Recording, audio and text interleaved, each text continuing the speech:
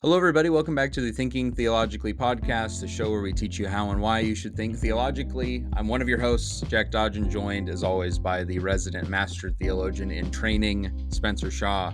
On this episode, we are continuing our study of Gospels and manuscripts by doing a deeper dive look at what we started in the last episode by looking at the original ending to the Gospel of Mark.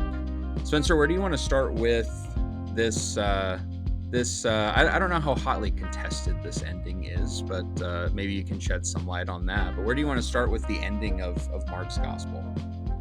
Well, I would say that it's highly contested by some Okay, Christians. others don't care. The kind of little, and I don't want this to come the wrong way, but little conservative pockets. There's some ways that this is contested. I honestly think most don't know about it, which is interesting because I'll kind of make a mention in our Church of Christ heritage. We like Mark 16:16, which is a part of this ending. Hmm. And I hear people still quote it all the time. And to me, it kind of comes out of a place of to quote it as much as people do, there's obviously not a recognition that there's some questions about originality when it comes to Mark 16:16. But I'll mention that in a minute. Where I want to start is kind of what you said of this piggybacks off of our last episode. We talked about textual criticism. So Yeah. the process of how do scholars, when they're comparing all the manuscripts that we have of a given passage, come to a conclusion about what the original passage said? Because we talked about we don't have any of the original documents of the New Testament. All we have is copies of copies of copies of copies. And so you have to look at all those copies, and we talked about how not all the evidence is created equal. It's not just what do the majority of manuscripts say, but the best way to go about doing it is you give some more weight to older manuscripts from particular locations. You give weight to some internal considerations as well. And so, kind of what we're wanting to do with this one and the next one is we want to put those things into practice and kind of give you an example of here's what this actually looks like. And we're going to do it with some questionable passages in the New Testament. And one of them is a major section of the Gospel of Mark, Mark chapter 16, verses 9 through 20. And I mentioned, especially for us COC folks, we like that section because it has Mark 16:16. He who believes and is baptized will be saved. We like to throw that out as a proof text of where we're coming from in our beliefs about baptism.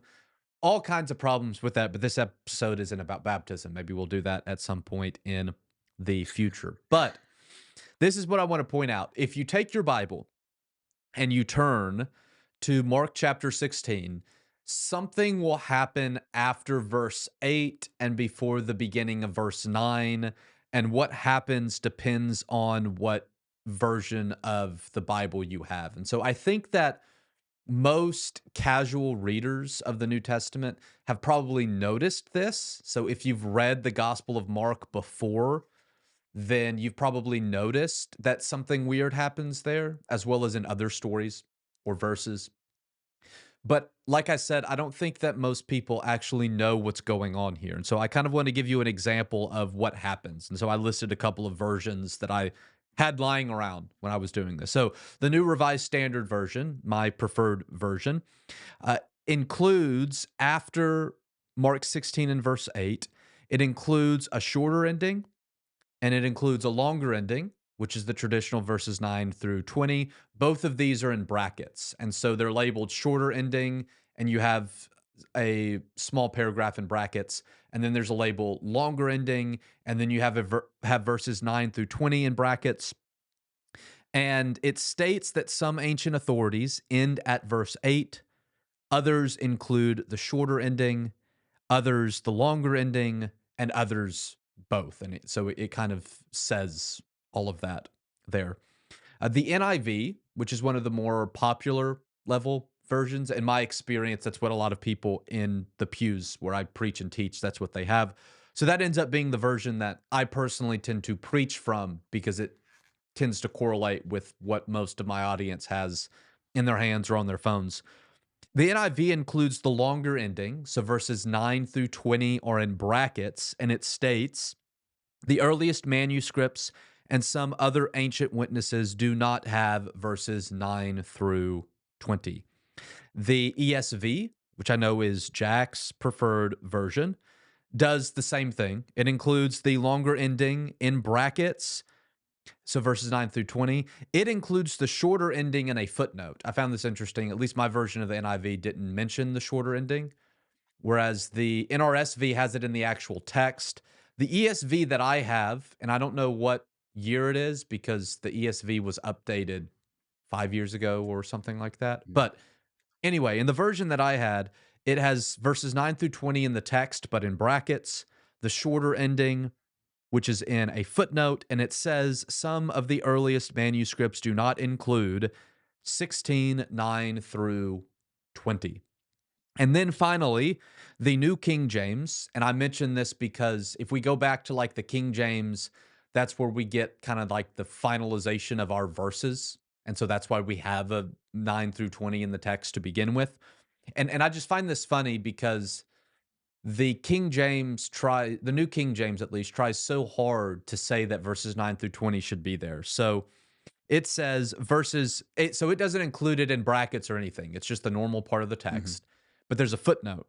And the footnote in the New King James says verses 9 through 20 are bracketed as not in the original text in some versions.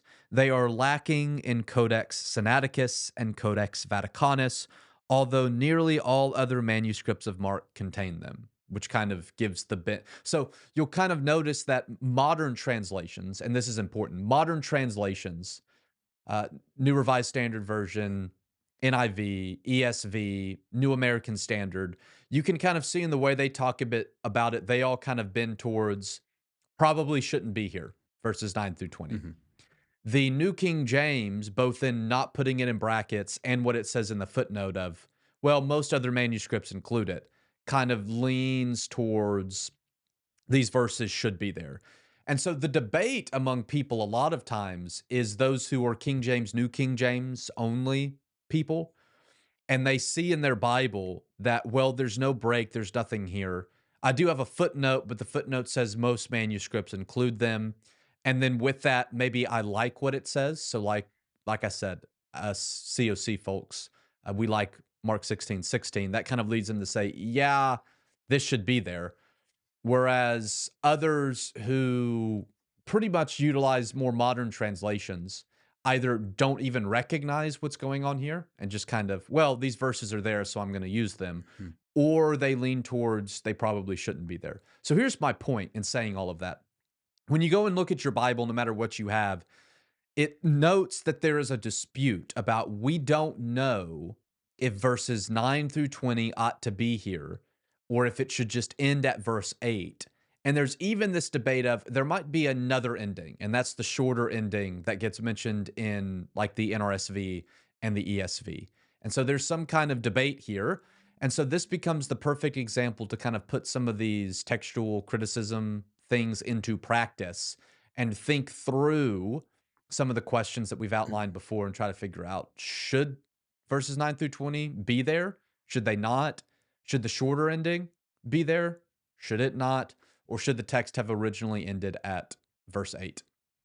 Yeah, this is one of those things that because we're not as educated on, there can be the doubt in the text versus the trust in the text thing that we talked about with the purpose of criticism is not to undermine the text, but to understand better how it came to be and all of this. So this is one of those. Unlike maybe some other subjects where it's, well, do we really need to talk about this? How often does that come up? Like this is in your Bible where it's going to very clearly present in some form or fashion, hey, there's dispute about this thing, and so let's look at it. There I was laughing at the start, especially with the COC comments. I want to I want to a couple things to share here with why I was doing that. So the biggest thing for me was in thinking about this, Mark 16:16, and I'm hearing it less from a lot of the people that I know, And I think this is the reason why there's been a lot more resurgence in the exegetical approach to study and preaching, at least among people that I know. And when you do that, you end up not really going to Mark 16 because of the dispute. You go other places for baptism. In previous generations where there was a lot more, you need to be baptized, here's 15 verses. Well, you're going to throw in Mark 16:16 because it sounds really good. It's a solid single verse if you're just throwing a bunch of stuff out. And so a study principle that uh, Spencer would agree with this too. Both of these is you study the book in its own context first. You should always do that. And this is one of those things of a lot of people don't know that this is even here because they've only heard Mark 16:16 in passing, never in terms of the whole book. And then study with multiple translations for one of the reasons you highlighted here is they'll do different things with this ending here and say it should be, it shouldn't be, here's a footnote, here's this, here's some brackets and all that kind of thing. So pull up multiples. This was true online as well. I looked it up while you were talking. It's the same thing with online versions. They keep that intact and it use multiples, and that'll help reveal some of these things. Okay, we'll continue with the evidence side of this here in a moment because all we've done now is just highlighted the various things going on. But we wanted to take a break here and discuss our busy summer. We always have to discuss the busy summer. What's been going on with you? How are things going? Busy, Yeah. as you said. I've been, as of this recording, I've been traveling 4 of the last 5 weeks all over Mm, it's all been in the state of Texas, but I've been just about everywhere. that feels And worse. but That is. by the end of September, I really will have been from where I am and Tyler, Dallas, Houston, Austin, Abilene, Amarillo, even up into the Panhandle. So that I think that covers pretty much the entire Goodness. state that I will be in the course of over the course of about 3 months.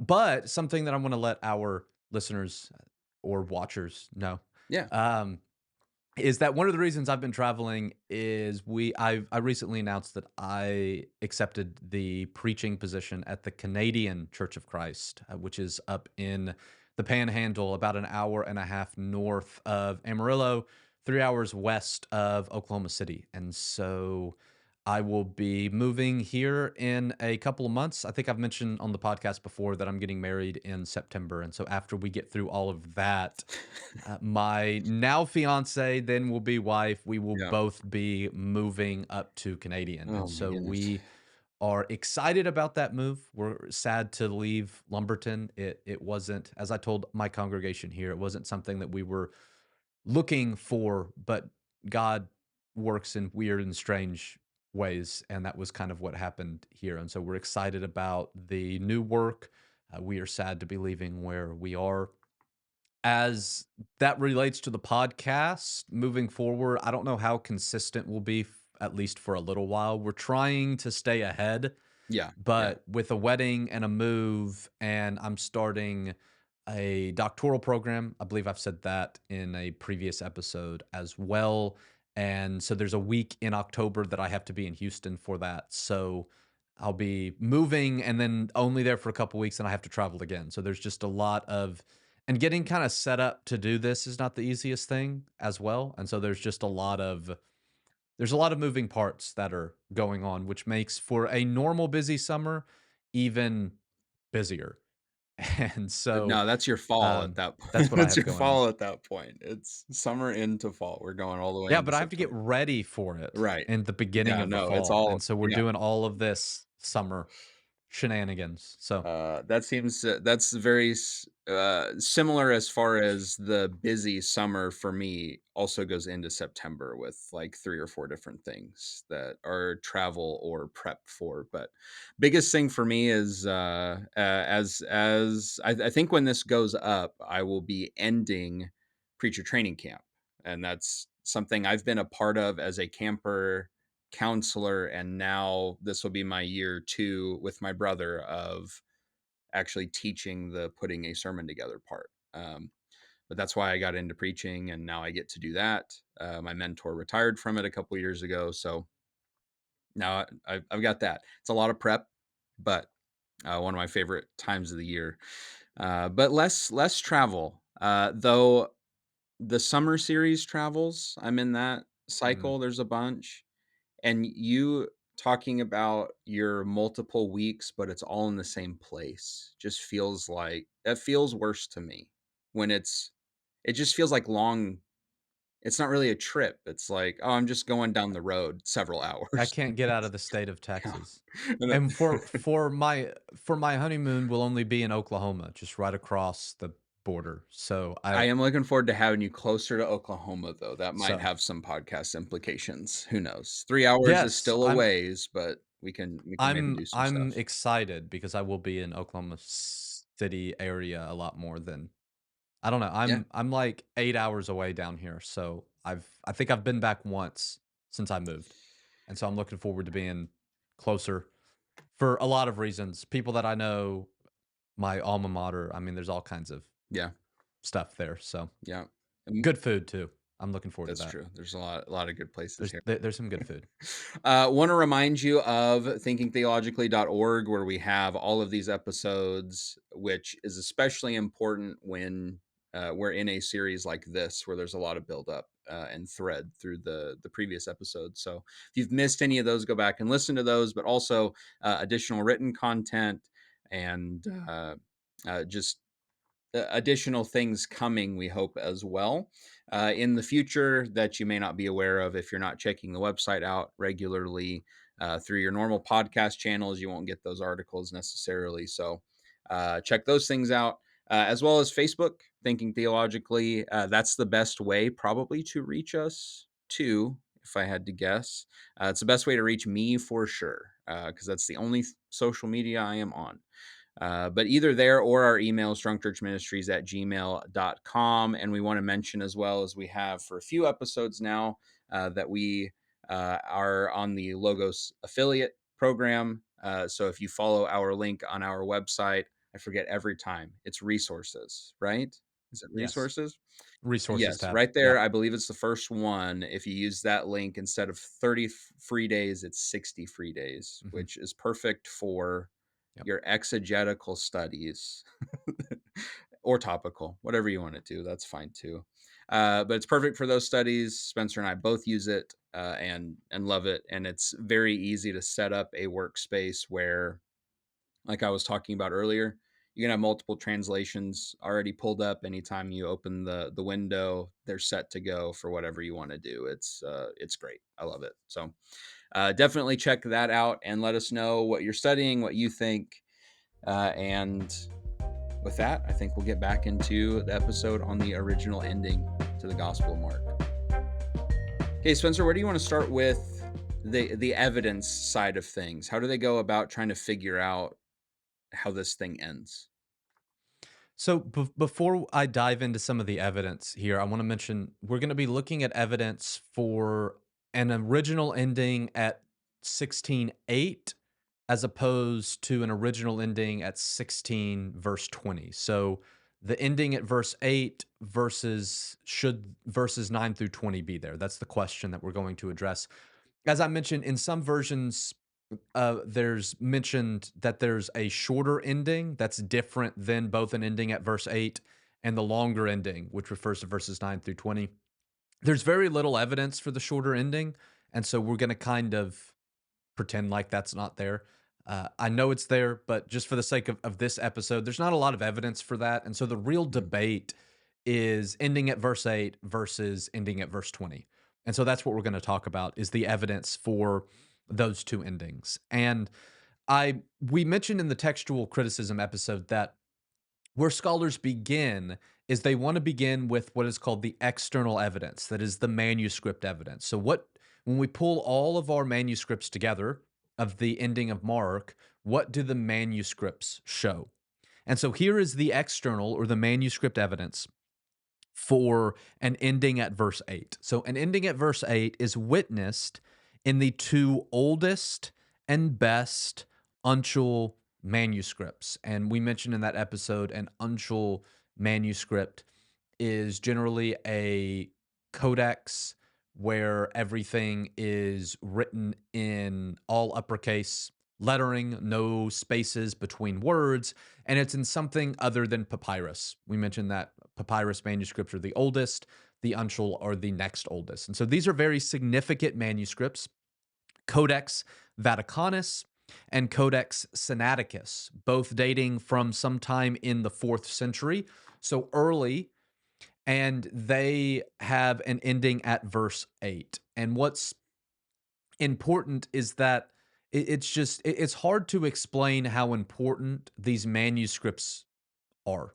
These codices are very, very important because, in essence, scholars have come to realize not only do they date fairly early, not only are they pretty much complete when it comes to the New Testament, but they've proven themselves as more and more evidence have come out to be very reliable in terms of the original text. And so there's a lot of weight that needs to be put on these two manuscripts, though they do get things wrong. I'm not saying they're right in Mhm. everything, but they are very weighty manuscripts.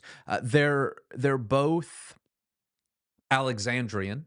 And so we talked about how texts that are deemed Alexandrian texts from that area of the world have proven over time to be more accurate. It seems that the scribes there were a little bit more meticulous than scribes in other areas of the world. And so that has to be given its due weight as well.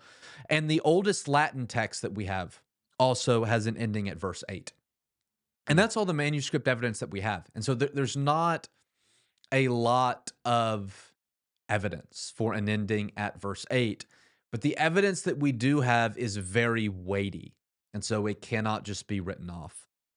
The evidence for the longer ending, so the inclusion of verses 9 through 20, we have manuscript evidence dating all the way back to the Diatessaron, which dates all the way back to the end of the 2nd century, around the year 170. The Diatessaron Mm. was a harmonization of the Gospels. And in this harmonization of the Gospels, it includes verses, what are verses 9 through 20, though in a harmonization that functions a little bit different, right? Because you're bringing them all together and you don't have just a Gospel of Mark, but it includes what we know as verses 9 through 20. It is also evidenced by manuscripts from the 3rd century, the 4th century, and the 5th century. So the 2nd, 3rd, 4th, and 5th century, all of those centuries, we have evidence of the inclusion of verses 9 through 20. However, and to me, this is very important, it should be noted that several manuscripts that include the longer ending have some kind of symbol or an asterisk noting that it is not original. And so, what that means is that in these early centuries where we see this longer ending appear, that there are a handful of scribes who are copying, who include it, but make a note that, at least in their mind, they know this is not original. Mm. This was added sometime later, but it's in the manuscript that I'm copying from. And so I'm going to copy it over, but I'm going to note that this was a later addition. And that's something that is significant. So in other words, you can't just say, yeah, it shows up early in a lot of different manuscripts, so it must be original. But you have to balance that with, yeah, some of the scribes who are copying this also say that they know that it's not original. Now, that doesn't mean that the scribes that are making that note are correct. But again, that is weighty evidence, as well as the evidence from 2nd, 3rd, 4th, and 5th centuries. And we get this evidence from a variety of text types: Alexandrian, Western, and Byzantine. That's important. We mentioned that if there's a geographical spread of a particular reading, that's significant because it shows up in this area of the world, and this area of the world, and this area of the world. And there's less likely for a mistake that happens in one area to then find its way to all the other areas of the world. So you want something that shows up in different places. And you get geographical spread with the longer ending. It shows up in a variety of Mm. text types, it shows up in manuscripts from different parts of the world, which is weighty in terms of it being included. Now, here's what all of this external evidence means. is it seems to not just me, but the majority of scholars that the external evidence is inconclusive. That means we have a lot of we have few but very weighty evidence. That's a better way to say it for an ending at verse 8. We have our two most important manuscripts that end at verse 8 that date from relatively early in the 4th century. They come from a text type that has proven itself to be reliable. And many of the manuscripts that include the longer ending, the scribe noted that it's not original. And so that's pretty weighty evidence. But there's also pretty weighty evidence for the inclusion of verses 9 through 20. The Diatessaron is a big one because it dates to the end of the 2nd century, as well as other evidence from the 3rd, 4th, and 5th centuries, and that there's a geographical spread, multiple areas, multiple text types that show a longer ending of verses 9 through 20. And so when you take that together, the external evidence, to my opinion, may lean slightly towards its inclusion, but not enough for us to say that it should be. There's a lot of weighty evidence for both sides.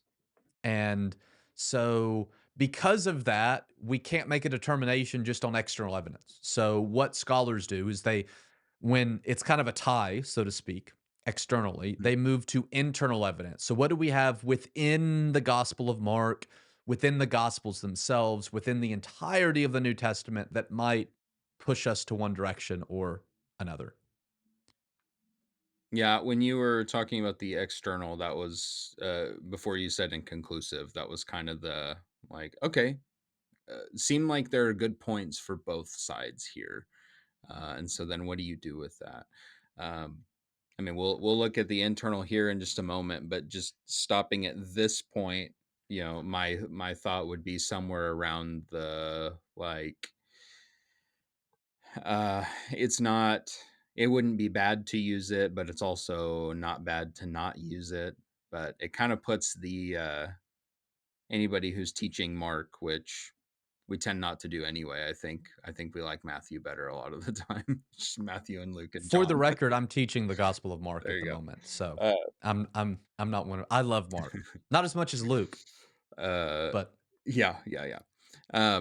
But it puts that person in a predicament of like, what do I do here? And there is another section in a gospel that's similar to this, where it's a bigger section that puts people in the same sort of. I'm talking about the text in John, and I don't know if we'll look at that or not, or in our versions of John, whatever.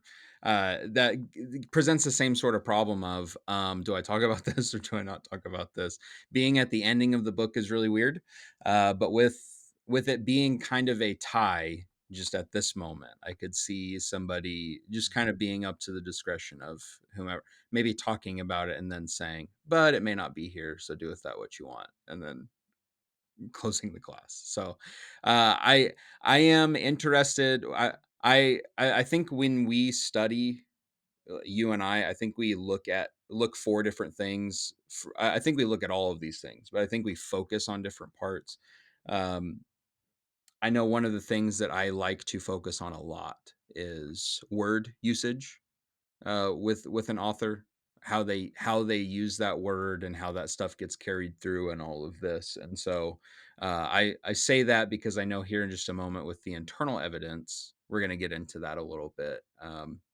That has a lot of weight with me. I don't know if it should have as much weight as it does, but it does. So let's jump into the internal evidence. I will say before you say anything, verse 8 feels weird to stop at.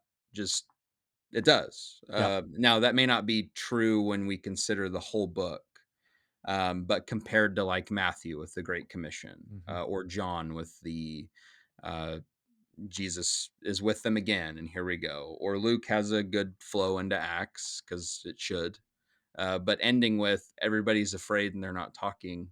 I could see why somebody would go, yeah, that's not it, right? That can't be how this ends. So, uh, Yep. so where do we go with that? What's the internal evidence? So I'll say if there's an ending at verse 8, so in the conclusion we'll talk about what might have happened.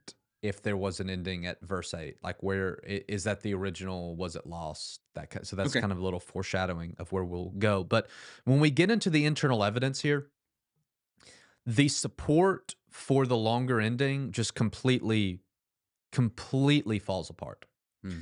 And I want to speak of the internal evidence in three ways. First, I want to think about the flow of the text, because there is zero flow between verses 8 and verse 9. So I want you to notice the subject. So if you want to open up your Bible as we do that, that might be helpful. Go look at it later. But at the beginning of chapter 16, the women, and they're identified in Mark as Mary Magdalene, Mary the mother of James, and Salome in verse 1. They bring spices to anoint Jesus' body.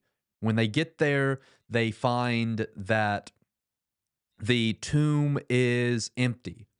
And then they encounter, as they enter the tomb in verse 5, they see a young man dressed in a white robe, and they're alarmed. And he says to them, "Don't be alarmed. You are looking for Jesus. He was crucified. He's now been raised.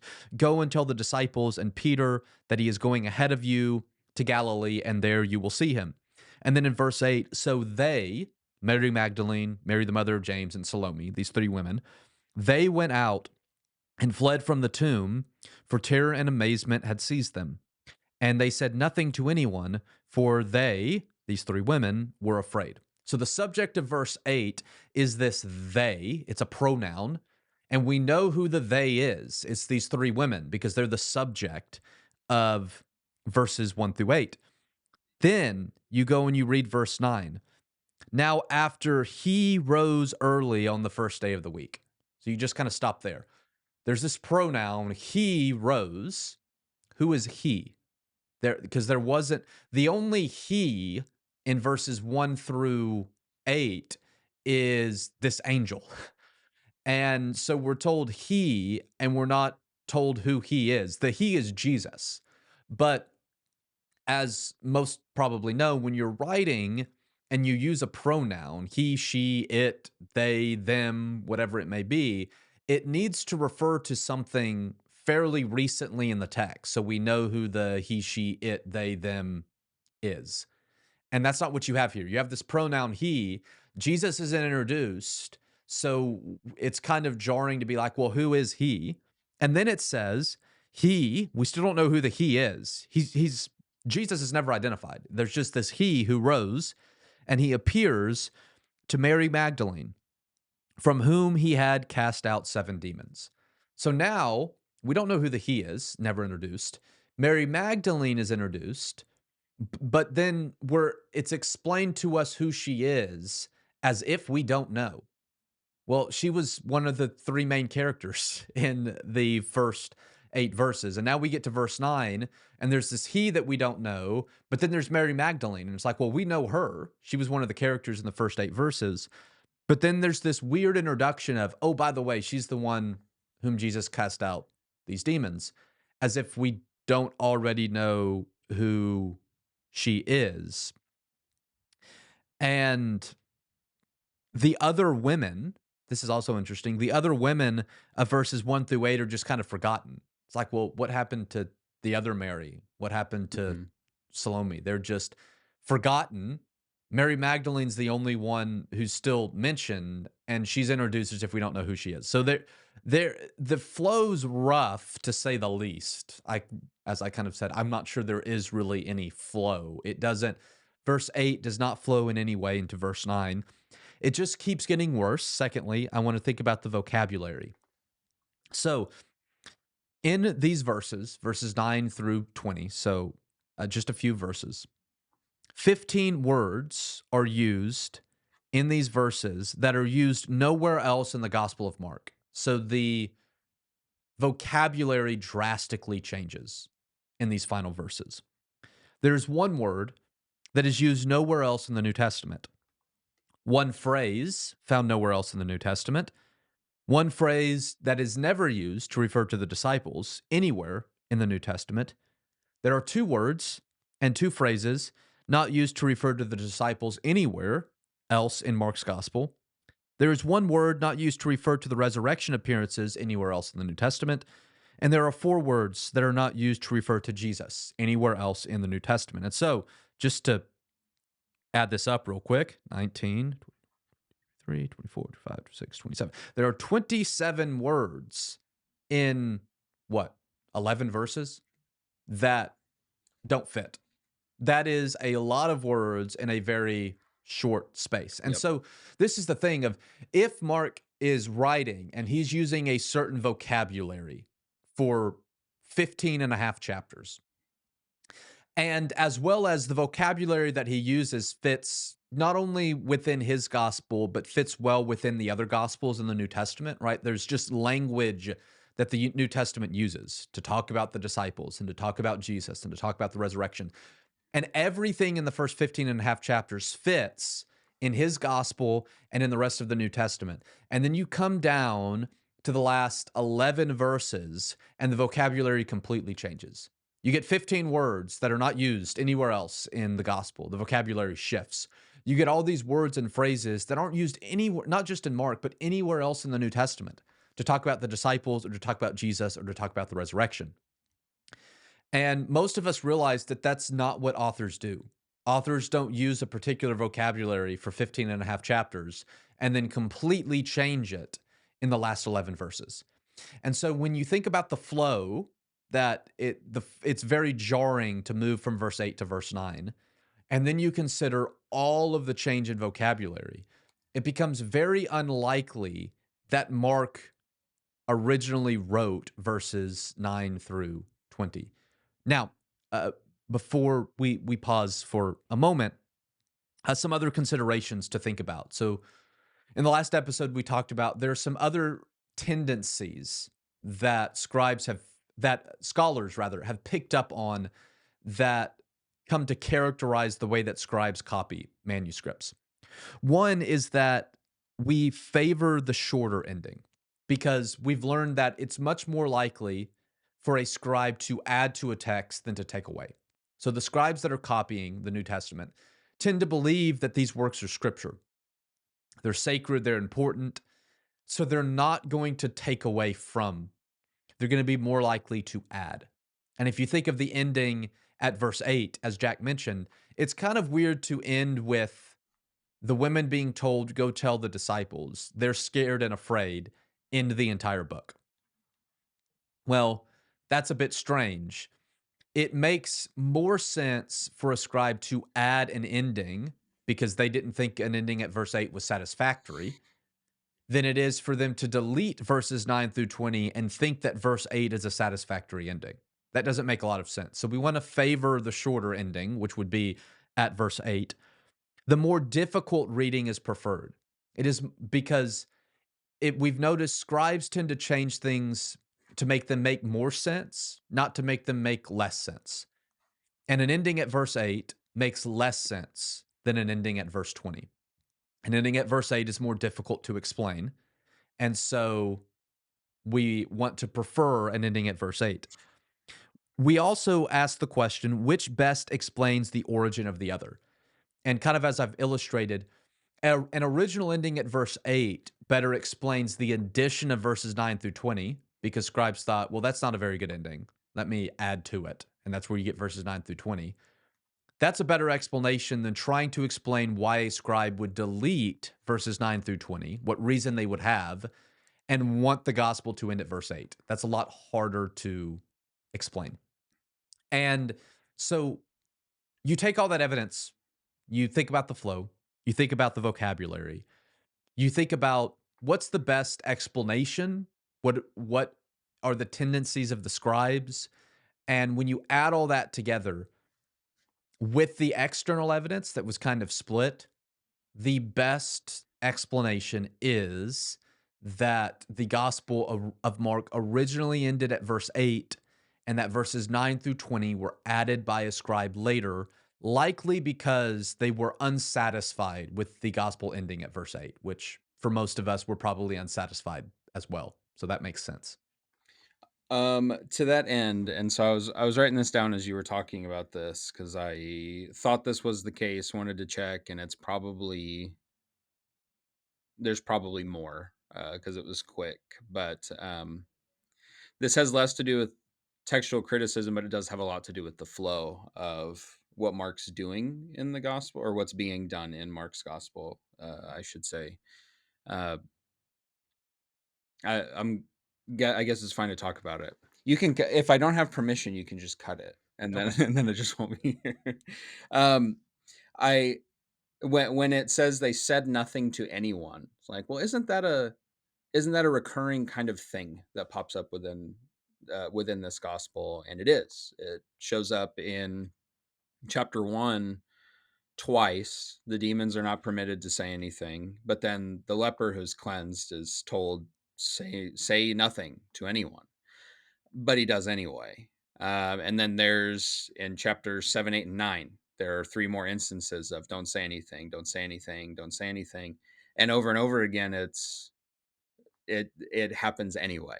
The message goes out about who Jesus is, who this person is, and so there is that this is a thing that's been happening in Mark's gospel, and if I were to take all those pieces and go, okay, if it ends at 8, what's happening? My best guess would be, I should assume the message gets out anyway and people find out who this Jesus person is. Like that's because that's what's happened the other times. That's what happens here. I'm not it's what messianic secret, Mhm. is that what it's called? I'm not well versed in what the specifics of that kind of idea are, but that's there is a flow to it ending with not saying anything and fear. It's throughout the gospel in all these cases, but we should assume a happy ending as far as the book is concerned with all of that. Am I right? Am I close on some of those things? Do you have something to throw in there too? Yeah, yeah. So let me. I'll move us if it's all right, kind of to Yeah, the yeah, yeah, concluding thoughts, yeah. because that's kind of where I want to think about what happened. So the evidence, as I mentioned, suggests that verses 9 through 20 are not original, but because they show up in the Diatessaron, it's likely a second century addition. So verses 9 through 20 were added early on, but were not original to Mark, which was the first gospel written, likely Yeah, yeah. end of the 60s, I think. I think it was written before 70, but some date it to the early 70s. 71, 72 would kind of be the latest date that you would get for the Gospel of Mark. Now, I believe that the gospel originally ended at verse 8. I think verse 8 was Mark's intended ending, though some scholars have argued differently. So it has been argued either that Mark never finished the gospel. So the gospel ends at verse 8, but it wasn't meant to end at verse 8, and it was just unfinished for one reason or another. Some have argued that it was lost. So the rest of the gospel after verse 8, people have argued it was early on, it was in a codex. It was the last sheet of the codex. That sheet gets lost, it gets torn out, something happens to it, and we lose it.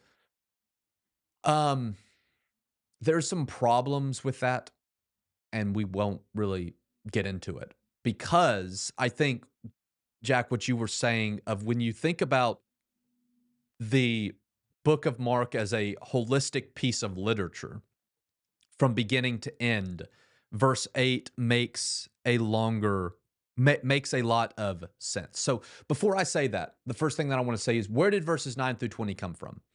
Well, some scribe added to it. But what's interesting is when you read through that, everything that's mentioned in there is found at the end of the other gospels or at the beginning of Acts. So Hmm. what it seems happened was a scribe had a copy of Mark. It ended at verse 8. They didn't like that ending, but they were like, well, we know how the story ends. I have the other gospels, I have Acts. And so they take bits and pieces from the other gospels in the beginning of Acts, they put them together, and you get verses 9 through 20. That's another reason to think that it's a later edition because you can kind of see it's kind of a piece together thing from the other books of the New Testament that we have. So with that being said, here, and I'm going to try to be short because this could be a whole episode on its own, but why verse 8 makes sense. So one of the unique aspects of Mark's gospel is what Jack was talking about, the messianic secret. And that is where Jesus tries to conceal his identity. And we could talk a lot more about what scholars think about. Was that a historical thing? Is that something that Mark is using for literary purposes? Is it a little bit of both? Which is kind of what I think. I think the historical Jesus did a little bit of that. I think Mark kind of elevates it, blows it up to try to make a point. Because, and this is another unique thing about the Gospel of Mark, Mark's main point is discipleship. He's answering questions of what does it mean to be a disciple of Jesus, which is why Mark also has the most negative portrayal of the disciples of any of the gospels. Mm. The disciples are just buffoons who can't get anything right. That's typically the way that Mark depicts them because they generally show us what discipleship is not with rare little glimpses of, hey, they get it right. That's what discipleship looks like. Regarding the messianic secret, this is what happened. Jesus heals people like the leper and says, don't tell anyone. And the leper goes and tells people. When he encounters a demon and a demon knows who he is, he silences the demon. And the reason is because for Mark, another theme of Mark is suffering. And Jesus is Mhm. presented as the suffering Messiah. And so for Mark, you only know who Jesus is by looking at him on the cross. You can't understand who Jesus is before the cross. And so in Mark, Jesus hides his identity because for Mark, you can't understand what it means for Jesus to be the Messiah when he heals a demon, though that contributes to our understanding. You can't understand who Jesus is as Messiah when he heals a leper, though that contributes to it. You only fully know Jesus at the cross. And so Jesus hides his identity throughout the gospel. The exception is the Gerasene demoniac who is not a Jew. That's the one exception, which Mm. is kind of interesting. That's just kind of a side point. But Jesus is hiding his identity because for Mark, you can't understand Jesus until you get to the cross. Now, the problem is that Jesus tries to tell people don't tell anyone and no one in the gospel follows his Mhm. instructions. They go and they tell everyone. The hinge in Mark's gospel is the confession by Peter. Jesus asks Peter, "Who do you say that I am?" And Peter says, "You are the Christ, you're the Messiah." And Jesus is like, "Peter, you got that right." And then Jesus goes on to explain, "This is what kind of Messiah that I am. I'm going to have to suffer and I'm going to have to die." And Peter's like, "Well, we're not going to allow that to happen." And Jesus is like, "Get behind me, Satan." So Peter almost gets it right. Mhm. But then Jesus explains, "Well, I'm a Messiah who has to die." And then you lose Peter, and Peter kind of goes off the rails. But from that point, which sits almost at the very middle of the gospel forward, Jesus stops hiding his identity. So, in other words, Jesus in the first half hides his identity because you can only understand him by understanding his suffering. And then Peter makes this confession, and he's like, "Okay, you understand who I am. Now, let me explain to you the implications. I have to suffer, I have to die." And after that explanation, Jesus stops hiding his identity. When you get to the cross at the end, so think about this theme. Jesus is hiding his identity until he explains that he has to suffer, but nobody listens to him. People go out and nobody understands who Jesus is. So the reoccurring question is Mark of is well, who is Jesus? Who is Jesus? It's asked by the crowds. It's asked by the religious leaders. It is asked by the disciples. And nobody answers it right. Peter gets the closest, but then when Jesus says, "Well, the type of Messiah I am is one that has to die," you lose Peter. The only character in the entirety of Mark's gospel that correctly identifies Jesus is the Gentile centurion at the cross, who, when Jesus is dying, declares, "Surely this is the Son of God." And so, what Mark is doing is he's asking this question, well, who is Jesus? Who is Jesus? And Jesus is intentionally concealing his identity because it's only understood at the cross. And so as you go through the gospel, everyone's trying to figure this out. Nobody gets it right until the cross. It's at that point that Jesus can now be correctly identified Mm. as the Messiah. And the disciples have all abandoned him at this point. And so the only one there to witness his death and correctly identify Jesus, ironically, is a Gentile centurion. Now, the tomb is found empty. The women are told, go and tell. This is the first time in the gospel that Jews are told, go and tell. Every other time, don't tell, don't tell, don't tell. And they go and tell. Now, you can go tell. Jesus has died, he has been raised. You can now understand, like the centurion, who Jesus is. And they don't. So there's some irony there. It's now time to go and tell, and they don't because they're scared and afraid. And so the gospel ends with this irony. And I think what Mark is doing is he's asking his audience to ask this reoccurring question, who is Jesus? And he's saying, don't answer it like the male disciples. Don't answer it like the religious leaders. Don't answer it like the crowds. Don't answer it like the women who are scared and afraid. He's calling his audience to be disciples that are better than all of these other characters, but be like the Gentile centurion watching Jesus die. Answer the question, who is Jesus? And by extension, what it means for me to be a follower of Jesus by looking at Jesus on the cross and declaring Jesus to be the Messiah, the Son of God, who suffers and dies. And for Mark's audience, who's probably suffering as well, that means Mhm. I follow in the way of the cross and that I'm going to suffer. And that seems to make the most sense. I think an ending at verse 8 actually fits a lot better than trying to, well, Mark died before he could finish or something like that. I think the simplest explanation is that it intended to end there, and that makes sense. I want to mention, because I forgot to mention this, one of the biggest arguments is that the verse 8 ends with a transition word, the Greek word gar or for, Mm. which is a very strange way to end an entire book with the word for. Sure. It starts it in English, but in the Greek, that's the Yeah. last word. That's a strange way to end it, but it fits, I think. It fits with what Mark is doing. Okay.